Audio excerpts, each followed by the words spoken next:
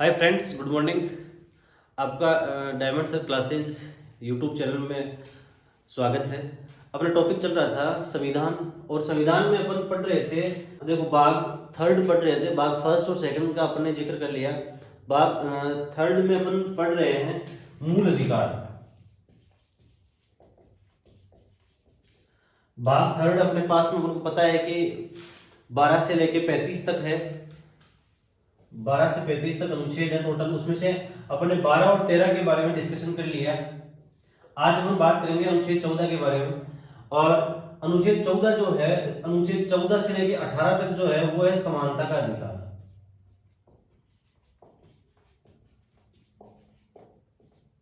मतलब समानता का अधिकार जो देता है वो संविधान का अनुच्छेद नंबर 14 से लेकर 18 तक का देता है। देखो, समानता का अधिकार का मतलब कि अपन को समान नागरिकता का अधिकार मिले। कहने का मतलब ये है कि जैसे कोई भी उसमें छुआछूत नहीं हो। जहां भी जाना है, किसी में भी दर्शन करना है, कहीं भी अपन को ट्रैवल करना है, अपन को कहीं भी किसी भी भोजनालय में खाना खाना है, या अपन को कोई भी कार्य करना है, तो उसके अंदर जो अधिकार किसी विशेष व्यक्ति को है वो अधिकार पूरे के पूरे देश के नागरिकों को है। तो ये समानता का अधिकार है। अब इसके बारे में अपन डिस्कशन करेंगे और बात करेंगे सबसे पहले अपन अनुच्छेद 14 की। अनुच्छेद 14 के बारे में अपन बात करेंगे। देखो, अनुच्छेद 14 क्या कहता है। अनुच्छेद 14 ये कहता है कि अपन नॉर्मली भाषा के अंदर अगर इसको देखें तो अनुच्छेद 14 कहता है कि भारत का जो कानून है वो कानून अपन को समानता का अधिकार प्रदान करता है। कहने का मतलब कि भारत का जो कानून, आपने कभी कानून की फोटो देखी होगी, तो कानून की फोटो में आपके सामने एक तराजू रहती है, और जो तराजू उठा के रखता है उसकी आंखों पर काली पट्टी लगी होती है। उसका मतलब ये है कि जो भी व्यक्ति जो डिसीजन दे रहा है, न्याय कर रहा है, वो बिल्कुल दिख रहा नहीं है उसको सामने वाला कैसे है। वो केवल उन तथ्यों के आधार के ऊपर और भी सत्य उसका डिसीजन देगा। तो कहने का मतलब ये हुआ कि कानून, भारत का जो कानून है वो सभी व्यक्तियों को समानता का अधिकार प्रदान करता है। तो इसके अनुसार जो अनुच्छेद 14 है वो ये देता है कि भारत के सभी व्यक्तियों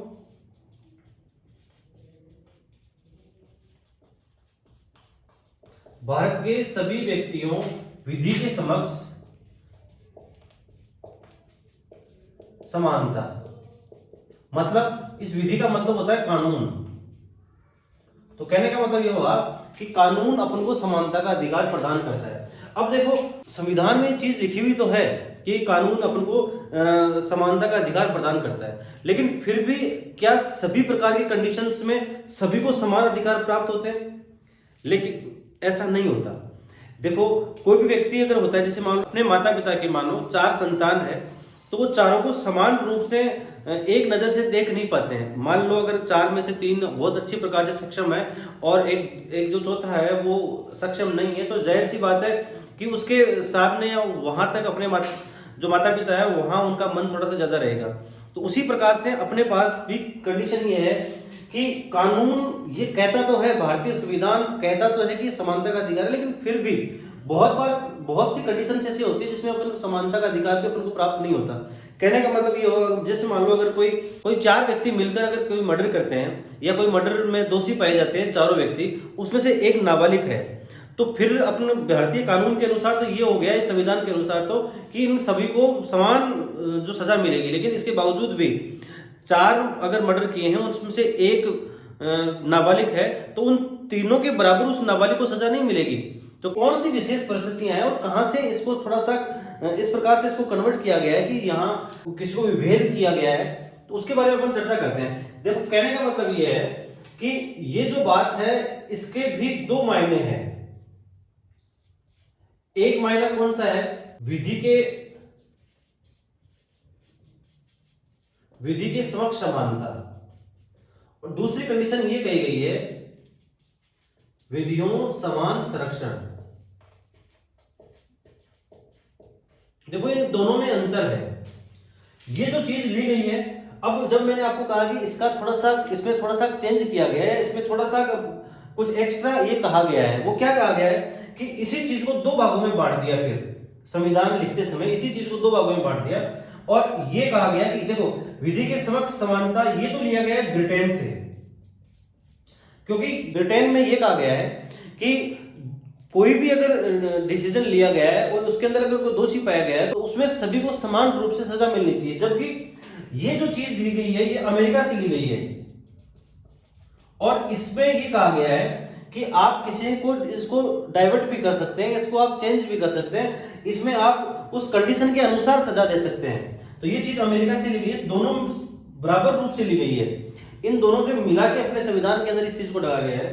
देखो ये एक ब्रिटेन में से लिया गया है इस चीज को। एक राजनीतिज्ञ हुआ था जिसका नाम था डाइस, उसने इस बारे में लिखा गया, तो वहां से इसकी इस चीज की उत्पत्ति हुई थी। तो ये दोनों चीजें ली गई है ब्रिटेन और अमेरिका से। तो अभी तक अपन ने पढ़ा कि अनुच्छेद 14 है वो ये कहता है कि कानून की नजर में समानता का अधिकार प्राप्त है। अब उसको किस प्रकार से डिस्ट्रीब्यूट किया गया है, इस पर किस प्रकार से उसको बांटा गया है, ये अपन ने देखा है। ये जो इस चीज ये तो होती है, देखो नेगेटिव बोलते हैं इसको। अगर आपको ये कहे कि समानता के अधिकार के अंदर नेगेटिव जो चीज ली गई है वो कहां से ली गई है, ब्रिटेन से, और ये पॉजिटिव चीज जो ली गई है वो कहां से ली गई है, अमेरिका से।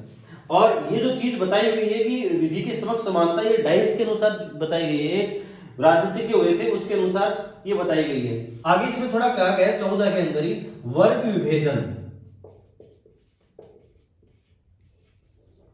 वर्ग विभेदन का मतलब ये है कि आप वर्ग के अनुसार इसमें थोड़ा सा विभेद भी कर सकते हैं। कहने का मतलब ये हुआ कि जब अपन को समानता का अधिकार प्राप्त किया गया है तो मान लो विशेष प्रकार के राज्यों को अलग प्रकार का दर्जा भी दिया गया है, कई राज्यों को विशेष दर्जा दिया गया है। उसी प्रकार जैसे अपने स्टेट में भी कई जिलों को भी अलग प्रकार का दर्जा दिया गया है। यहाँ जैसे अलग प्रकार की वैकेंसीज जब आती है तो उसमें भी अलग प्रकार के उनको कुछ कोटा दिया जाता है। उसी प्रकार से वर्ग का विभेद किया गया है। जैसे मान लो आपके पास कोई राज्य है तो कई प्रकार से सेंट्रल गवर्नमेंट के द्वारा भी कई राज्यों को अलग विशेष दर्जा दिया गया, उसमें अलग प्रकार की सहायता दी जाती है। और कई राज्य विकसित राज्य की श्रेणी में आते हैं तो उनको कुछ अलग प्रकार की सहायता दी जाती है। तो ये भी इस अनुच्छेद 14 के अंदर ही बताया गया है वर्ग विभेद का। अब अपन बात करते हैं अनुच्छेद नंबर 15 की। देखो अनुच्छेद नंबर 15 क्या कहता है।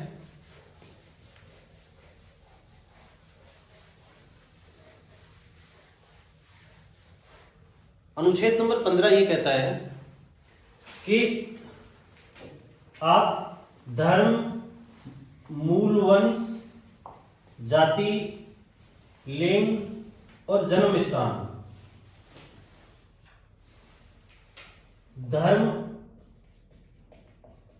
मूल वंश, जाति, लिंग, जन्म स्थान, इनके द्वारा आप इनको विभेद नहीं कर सकते। यानी कि कहने का मतलब ये हुआ कि आप इन सब के आधार पर आप अलग नहीं कर सकते इनको आप वो सभी अधिकार प्राप्त हैं कि जो सभी प्रकार के, जैसे धर्म के आप ये कहो कि मान लो ये हिंदू धर्म के लोग हैं, ये मुस्लिम धर्म के लोग हैं, तो आप ये कहोगे मुस्लिम धर्म के लोगों को आप इधर नहीं बैठने दे सकते, या उनका इस कोई भी जैसे मान लो रेस्टोरेंट है या कोई भी आपके पास कोई भी सार्वजनिक स्थान है, विद्यालय है और भी कोई प्रकार के सार्वजनिक स्थान है, तो वहां आप इनको मना कर सकते हो। ऐसा कुछ नहीं है कि धर्म के आधार पर आप उनको असमानता लाओ, ये कानूनन अपराध है।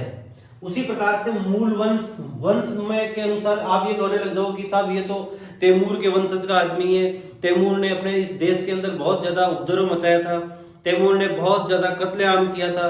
बहुत बार अपने पढ़ते हैं उस चीज के लिए, क्योंकि तैमूर लंग नाम का एक बहुत उग्र राजा हुआ था, जो ये कहते हैं कि उसने 13,000 पर एक साथ मर्डर किए थे और लाशों के ऊपर चल के हो गया था।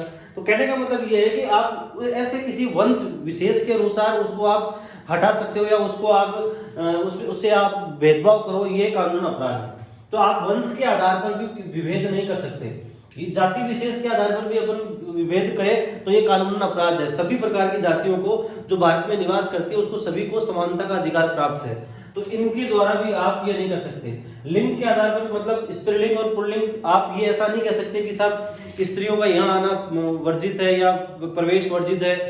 कभी आपने सुना नहीं है ना इस चीज के बारे में, तो ये कभी हो भी नहीं सकता। जन्म स्थान के आधार पर भी आप उनमें विभेद नहीं कर सकते कि आप ये कहो कि साहब ये तो पहले जन्म से पहले पाकिस्तान में था और अब यहाँ इंडिया में आकर बस गया हो, मान लो उसको भारत की नागरिकता प्राप्त हो गई हो, तो वो सारे के सारे अधिकार उसको प्राप्त हो गए जो भारत के निवासी हैं। आप ये कहो कि साहब ये तो पहाड़ी इलाकों के से आया हुआ है और ये तो पहाड़िया है, तो यहाँ आप इसको कुछ इस प्रकार के उस प्रकार की परेशानियां उनको दो, ये गलत है। तो कहने का मतलब ये है कि अनुच्छेद 15 में धर्म, मूल वंश, जाति, लिंग और जन्म स्थान के आधार पर उनको असमानता प्राप्त हो, ऐसा नहीं है। उनको भी भारत के नागरिकों को जो प्राप्त है सारे के सारे अधिकार, वो ही उनको प्राप्त है। अब देखो इनके बारे में अपन आगे थोड़ा विस्तृत से बात करेंगे। इनको 5 भागों में फिर से बांटा गया है। अनुच्छेद 15 को 15 फर्स्ट, 15 सेकंड, 15 थर्ड, फिर 15 फोर्थ और 15 फिफ्थ, इस प्रकार से बांटा गया। 15 फर्स्ट और 15 सेकंड में तो देखो क्या कहा गया है। 15 फर्स्ट और 15 सेकंड में तो इन्हीं चीजों के बारे में अलग से विस्तार से बताया गया है, जबकि 3, 4 और 5 को राज्य गवर्नमेंट के अंडर ये कहा गया है कि जो भी राज्य गवर्नमेंट है वो इन सभी जो ये 5 हैं जिसमें आपको समानता का अधिकार प्राप्त है, इन सभी को आप विशेष रूप से इसको आप पारित करेंगे और विशेष रूप से आप इसको मानने के लिए बाध्य करेंगे। तो ये तो आपको राज्य गवर्नमेंट के अंडर में कहा गया है। देखो फर्स्ट और सेकंड भाग के बारे में अपन चर्चा करते हैं। देखो 15 फर्स्ट में तो ये धर्म, मूल वंश, जाति, लिंग और जन्म स्थान, इन्हीं के बारे में ही बताया गया है। और 15 सेकंड में क्या कहा गया है? 15 सेकंड में ये कहा गया है कि प्रवेश निषेध के बारे में बताया गया है कि प्रवेश निषेध का मतलब कि आप ऐसा नहीं बोल सकते कोई भी सार्वजनिक स्थान के ऊपर कि इसका आपका प्रवेश नहीं है। जैसे मान लो आपके पास में कोई भी रेस्टोरेंट हो, कोई भी आपके पास सिनेमा हॉल हो, कोई भी सार्वजनिक स्थान हो, कोई भी मंदिर हो, कोई मस्जिद हो, या आपके पास कहने का मतलब जैसे गवर्नमेंट के कोई भी जितने भी संस्थाएं हैं उनमें हो, आप सभी को प्रवेश दिया गया है। और सभी को प्रवेश, ये ऐसा नहीं है कि यहाँ इस फिलहाल प्रकार के विशेष प्रकार के इस व्यक्ति को, जैसे विशेष जाति के व्यक्ति को या किसी विशेष जन्म लिया हुआ किसी स्थान से कोई ताल्लुक रखता है किसी व्यक्ति को, तो आप उनके खिलाफ कोई भी प्रवेश निषेध की कोई घोषणा करें या कोई भी ऑर्डर निकाले, तो ये कहने का मतलब ये नहीं है। और इसके बारे में बताया गया है 15 फर्स्ट सेकंड के बारे में। तो ये सब बताया गया। देखो 15 थर्ड के बारे में बताया गया महिलाओं को विशेष अधिकार।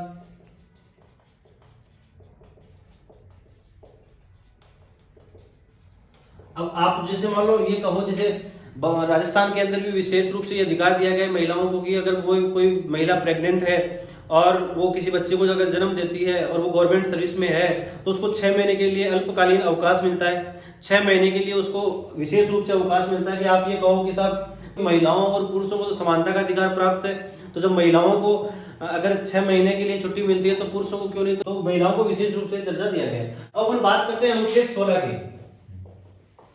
अनुच्छेद 16 लोक नियोजन। लोक नियोजन का मतलब यह है कि नौकरियां, लोक नियोजन का मतलब जैसे नौकरी मिलना, गवर्नमेंट की जो भी नौकरी मिलनी है उसके अंदर भी समानता का अधिकार है। हालांकि मैंने ये कहा आपको पहले ही कि 2 चीजें ली गई है अमेरिका से और ब्रिटेन से। ब्रिटेन ये कहता है कि सभी को समानता का अधिकार प्राप्त है, लेकिन अमेरिका ये कहता है सभी को समानता का अधिकार प्राप्त है, लेकिन कुछ विशेष प्रकार के अधिकार भी प्राप्त हो सकते हैं या किसी एक विशेष वर्ग को इसका अधिकार भी प्राप्त ना हो। तो कहने का मतलब यह है जैसे नौकरियां आपको मिल रही है तो जाति के आधार पर, आपके पास लिंग के आधार पर और स्थान के आधार पर भी, इन तीनों में भी विशेष रूप से छूट मिली हुई है जिसको अपन आरक्षण बोलते हैं। तो जाति के आधार पर भी आरक्षण दिया गया है, लिंग के आधार पर जैसे स्त्री और पुरुष को भी अलग प्रकार की दिया गया है, स्थान के आधार पर भी दिया गया है। जैसे मान लो आपके पास में कोई आर्मी की भर्ती हो, उसमें आसाम साइड के लोगों के लिए भी ये जैसे राजस्थान है, हरियाणा है, एमपी है, अलग जैसे कि राज्य हैं, इन राज्यों में जो इनके जो मापदंड होते हैं, जो गाइडलाइन जो होती है, वो वहाँ के जैसे आसाम है, उधर मेघालय है, उस साइड के लोगों के लिए वो लागू नहीं होती, क्योंकि यहाँ के जो भी अभ्यर्थी जो उस वैकेंसी में भर्ती में जाते हैं तो उनके लिए तो लगभग 5.5 फीट की हाइट होनी चाहिए। अब उनमें बेचारों की किसी की हाइट ही नहीं होती तो उनको विशेष रूप से दर्जा दिया गया है। अपने राजस्थान में भी कुछ बैकवर्ड जिले हैं, उनको विशेष रूप से दर्जा दिया गया है कि वो भी थोड़ा सा आगे बढ़ सके।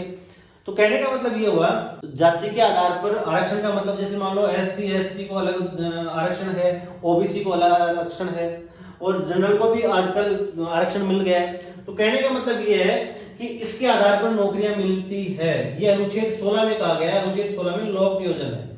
अनुच्छेद 17 के बारे में अपन बात करते हैं। अनुच्छेद 17 देखो समानता का जो अधिकार है वो अनुच्छेद 14 से लेकर अनुच्छेद 18 तक है। ये पहले आपको कहा 14 से लेकर 18 तक ये समानता का अधिकार ही बताता है आपको। तो अनुच्छेद 17 के बारे में अपन बात करते हैं। अनुच्छेद 17 में अस्पृश्यता के बारे में बात कही गई है। कहने का मतलब कि जो छुआछूत की जो भावनाएं हैं उसके बारे में ये कहा गया है कि किसी भी प्रकार से छुआछूत नहीं होनी चाहिए। अगर कोई व्यक्ति छुआछूत रखता है या इस प्रकार के कोई मापदंड रखता है, इस प्रकार के कोई ना कोई, तो उसको कानूनन रूप से दंड दिया जाएगा। अनुच्छेद 17 के अंदर ये कहा गया है। अब इसमें भी कुछ विशेष रूप से छूट दी गई है। मान लो अभी जैसे कोरोना जैसे काल के अंदर आप ये गाइडलाइन दी गई थी कि आप किसी के संपर्क में नहीं आएंगे, किसी के स्पर्श नहीं करेंगे, और फिर वो सामने वाला अगर आपको जाकर मान लो पुलिस में या कहीं जाकर कंप्लेंट करता है तो उसको ये अधिकार नहीं है। तो अनुच्छेद 17 अस्पृश्यता के बारे में बताया गया है। अनुच्छेद जो 18 है, अनुच्छेद 18 है वो बताया गया है उपाधियों के बारे में।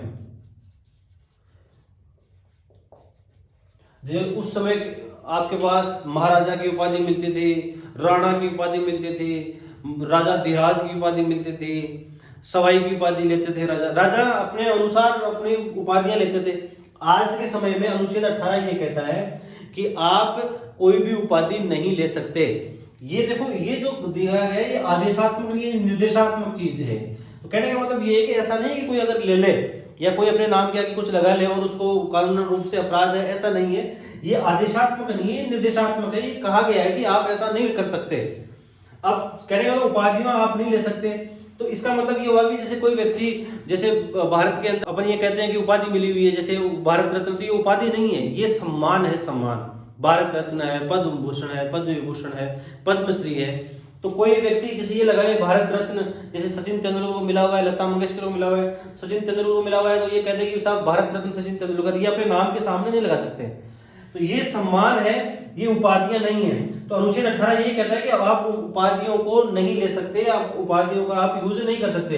हालांकि शिक्षा के क्षेत्र के अंदर भी बहुत से ऐसे होते हैं उपाधियां जिनको आप लेते हैं, जैसे डॉक्टर की उपाधि को, तो वो पढ़ने के बाद में है। जैसे कोई भी व्यक्ति अगर पीएचडी करता है तो अपने नाम के सामने डॉक्टर लगाता है। डॉक्टर की उपाधि, ये सब उपाधियां पढ़ने के साथ में आप लगा सकते हैं, लेकिन इनके बाकी की जो उपाधि है वो आप, अनुच्छेद 18 ये कहता है कि उसको आप नहीं लगा सकते।